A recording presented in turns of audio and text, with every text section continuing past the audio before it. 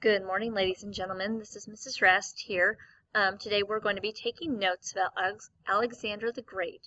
I've probably already given you the pages in which I'd like you to take notes on. Please go to that page if you have not done so already. And remember that we are going to write down anything that is in red. So the first thing I'd like you to think about, and I'm going to pause for just a moment to give you time to think, is what makes a good leader? What are qualities or skills that make someone stand out as a leader to others? Now that you've talked and discussed with neighbors or the class about who or what makes a good leader, out of these pictures here, and these are just a few examples, which of these people would you say is a leader? Do they have some of the characteristics, qualities, or skills that you mentioned before? Is there anyone that you think stands out above any of them? Is there anyone that should not be included on this list? I'd like you to meet Alexander the Great. He's pictured right here.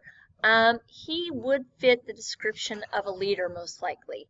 He was a brilliant soldier, was very good at strategizing for military battles even when he was outnumbered. He is shown in history to be a loyal friend. He stood by his soldiers. He stood by his lifelong friends. He was a king. He started out being the king of a northern kingdom called Macedonia. He was accepting of new. He liked learning about new cultures. He would assimilate with those cultures. He was considered brave, educated, highly intelligent, and he was determined to move towards one goal. And Alexander the Great's goal was to conquer the known world during his lifetime. Okay, so a little bit about Alexander. He wasn't known as Alexander the Great to begin with. He was born in a kingdom called Macedonia, which is north of Greece, in 356 BC, to the reigning king, King Philip II, and his queen, Queen Olympia. Growing up, he was tutored by Aristotle, a philosopher that we'll talk about, and received a well-rounded education in things like drama, literature, science, politics, and philosophy. Alexander the Great loved the Greek myths. He loved the story by Homer called the Iliad, which focuses on the Trojan War. In fact, Aristotle created a shorter version of the Iliad for Alexander to always carry with him during his military campaigns.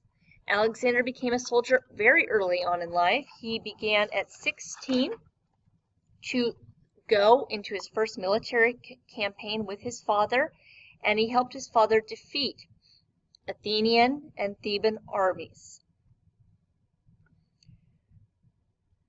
When Alexander is around the age of 18-19, he is at a festival following his sister's wedding, and King Philip, his father, is murdered by a Macedonian noble. Many people suspected that Alexander and his mother Olympia might have had something to do with it, but were not for sure about that. Regardless, Alexander becomes the king at age 19. When Alexander comes to power, the people of Greece who were under his father's control think that they are going to be able to get out from under his thumb, that he's too young to lead, too young to stop them from being independent city-states again. They quickly find out that that is not going to work. Alexander quickly reconquers Greece and starts out his campaign moving to the east with the goal of conquering Persia. He is able to do that, and we'll get more details as we learn more about him later on. But after he goes through Persia and calls himself the king of Persia, his next goal is to conquer Egypt. He easily does this in 331 BC and creates a city that's well known called Alexandria, named after him. He also is called the Pharaoh of Egypt and believes to see himself as a living god. He continues east, going all the way to India, but his soldiers have had enough. When they get to India, they decide that they are through. They have been campaigning for years and years. They miss their wives, their children. They want to go back to Macedonia. So Alexander has no choice but to turn around. On the way back home, they stop in Babylon, or Mesopotamia as we would know it. Alexander falls sick. They're not sure if he had caught something. His body had had enough. Perhaps he was poisoned, but in 324 BC, at the age of 32, Alexander dies. Well, what happens next? He doesn't have an heir to take over. His wife will give birth to a son a few months later, but it's too late. And because he did not have a plan in place, his closest generals take his empire and divide it. Eventually, all of those parts of the empire will fall. So what is his legacy? What has he left behind that's going to impact our world? Well, the first thing is a mixing of culture. Alexander and his father were huge fans of things that were Greek. He was educated by a Greek. The architecture, the language, the literature, all that culture, as he travels into the East, is going to be spread. And we create a new culture called Hellenism, or Hellenistic, which means Greek-like. And so all the good aspects of the Greek culture are now mixed in with the Egyptian culture, the Persian culture, and so on.